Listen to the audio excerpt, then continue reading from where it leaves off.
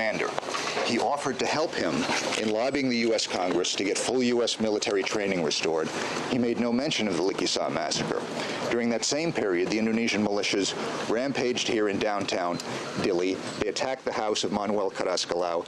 They massacred the refugees there.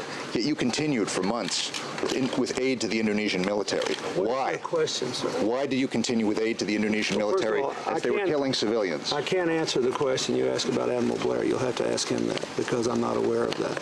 He was working for you. Why did you continue military aid to Indonesia? I understand that. I think, first of all, I don't believe America or any of the other countries was sufficiently sensitive in the beginning and for a long time before 1999, going all the way back to the 70s, to the suffering of the people of East Timor. I don't think we can defend everything we did. I think that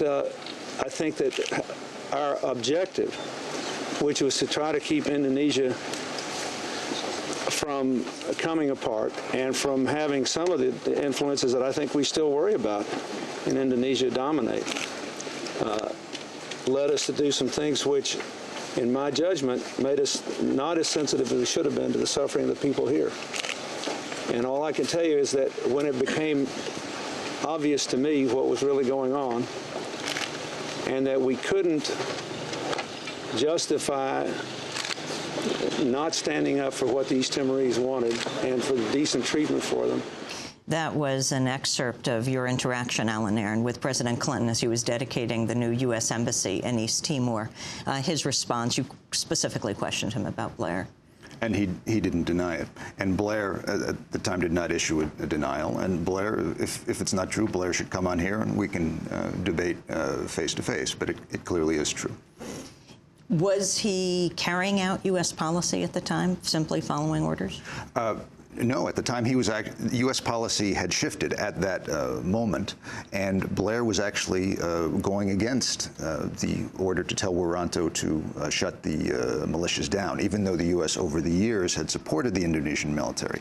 This was a building victory for activism around the world, which was through Congress, through the press, putting pressure. But Blair defied it, and he continued to back the Indonesian military. What do you think this would mean for him if he became the Director of National Intelligence in the United States? Well, it means that he would be one who continues to back the killing of civilians.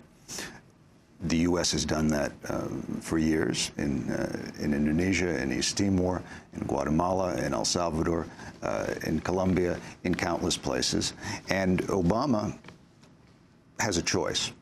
When he takes office on the 20th, he will inherit a vast apparatus. That afternoon, he will become the world's #1 arms dealer. He will become the world's #1 trainer of paramilitaries. If he doesn't immediately give an order to say, stop, no more support for forces that kill civilians, probably on that day, civilians will be killed by bullets, by shrapnel with Obama's name on it. That's the choice he has to make. Right now in Gaza, it's U.S. shrapnel that is tearing the bodies of so many civilians there.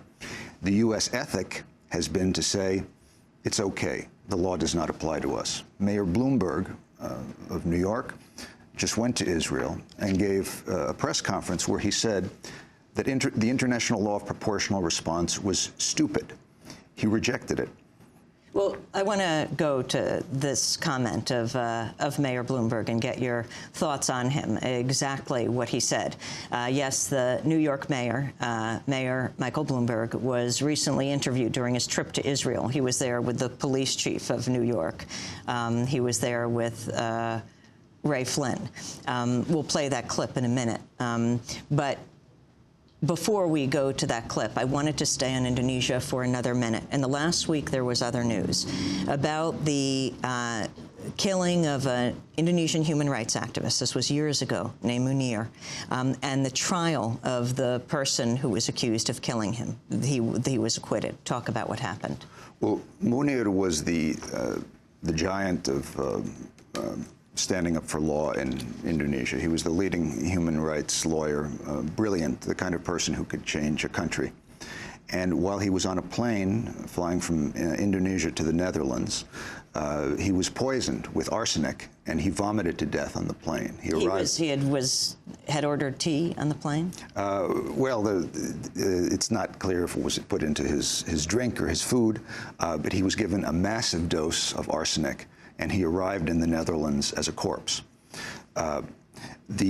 There's extensive evidence implicating the Indonesian intelligence agency, BIN, the National Intelligence Agency, in his assassination.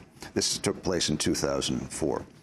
A trial was just completed of General Mukti, one of the leaders of the BIN. The evidence against him was massive. Cell phone calls, internal documents, testimony. But he was let go by the judges in the case. Because the Indonesian generals are not held to account for their involvement in killings, just as people like Admiral Blair are not held to account here. This followed the assassination in 2000 of Jafar Siddiq Hamza, who was the leading Aceh